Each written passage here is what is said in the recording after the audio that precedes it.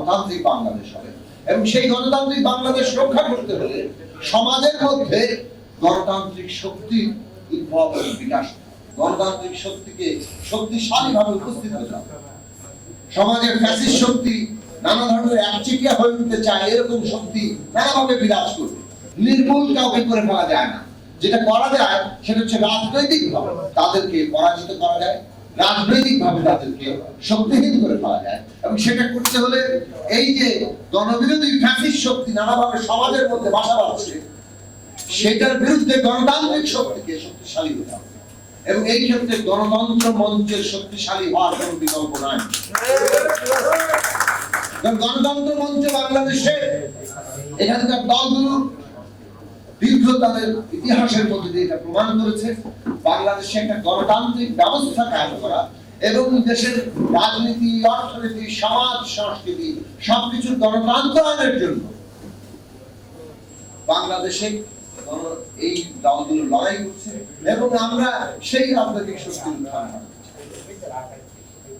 এটাও আমাদের মনে রাখা দরকার যে সমাজে, বাস্তব সামাজিক অর্থনৈতিক জীবনে সম্পদের তৈরির ক্ষেত্রে জনগণের যে ব্যাপক অংশগ্রহণ, বন্টনের ক্ষেত্রে যে ভয়ঙ্কর বৈষম্য এবং শোষণ, লুণ্ঠন বিরাজমান, এই অন্যায় বহাল রেখে উপর দিয়ে গণতন্ত্র টিকতে হবে। গণতন্ত্র টেকসই হতে হলে তার রাজনৈতিক ব্যবস্থা যেমন গণতন্ত্র লাগে, তেমনি অর্থনৈতিক ব্যবস্থায় সম্পদের বন্টনে ন্যায্যতা প্রতিষ্ঠা না করে সেই গণতন্ত্র টেকসই হতে পারে।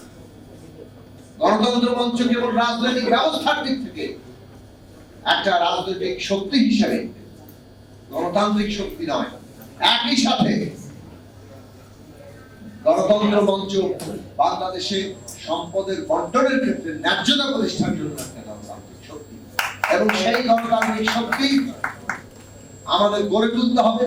এবং গড়ে তুলে আজকে যত রকম নানা ধরনের কায়েমি স্বার্থ, গোষ্ঠী স্বার্থ, দলীয় অন্ধ স্বার্থ আমরা দেখতে পাচ্ছি জনগণের স্বার্থের বিরুদ্ধে, জাতীয় স্বার্থের বিরুদ্ধে দাঁড়িয়ে যাচ্ছে, তাদেরকে আমাদের মোকাবেলা করতে হবে।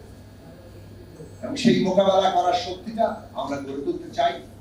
আগামী নির্বাচন আছে, গণতন্ত্র মঞ্চ এই ৬টি দল আমরা আমাদের সারা দেশের ৩০০ আসনে আমাদের প্রার্থী তালিকা তৈরি করছি এবং আমরা খুব দ্রুতই সেই জায়গায় আমাদের প্রার্থী তালিকা দেব।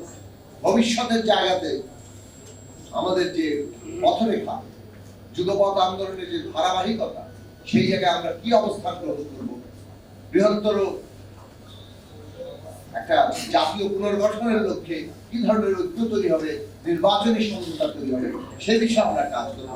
গণতন্ত্র মঞ্চ নিজের পায়ে দাঁড়িয়ে বাংলাদেশের গণতান্ত্রিক সংগ্রামকে এগিয়ে নিয়ে যাবে, এইটা প্রত্যেকের মনে রাখা দরকার। এবং গণতন্ত্র মঞ্চ গণতান্ত্রিক জায়গায় কোন দলের সাথে আপোষ করবে না, আসল সমঝোতা দিয়ে গণতন্ত্রের পথে কাউকে আমাদেরকে আপোষ করানো যাবে না। সেই সংগ্রামের জায়গাটা আপনারা প্রত্যেকেই খেয়াল রাখবেন এবং বাংলাদেশের গণতান্ত্রিক গতিমুখ নিশ্চিত করার জন্য গণতন্ত্র মঞ্চ কাজ করবে। এইটা এই দেশবাসী রক্ষা কবচ হিসেবে লড়াই করছে।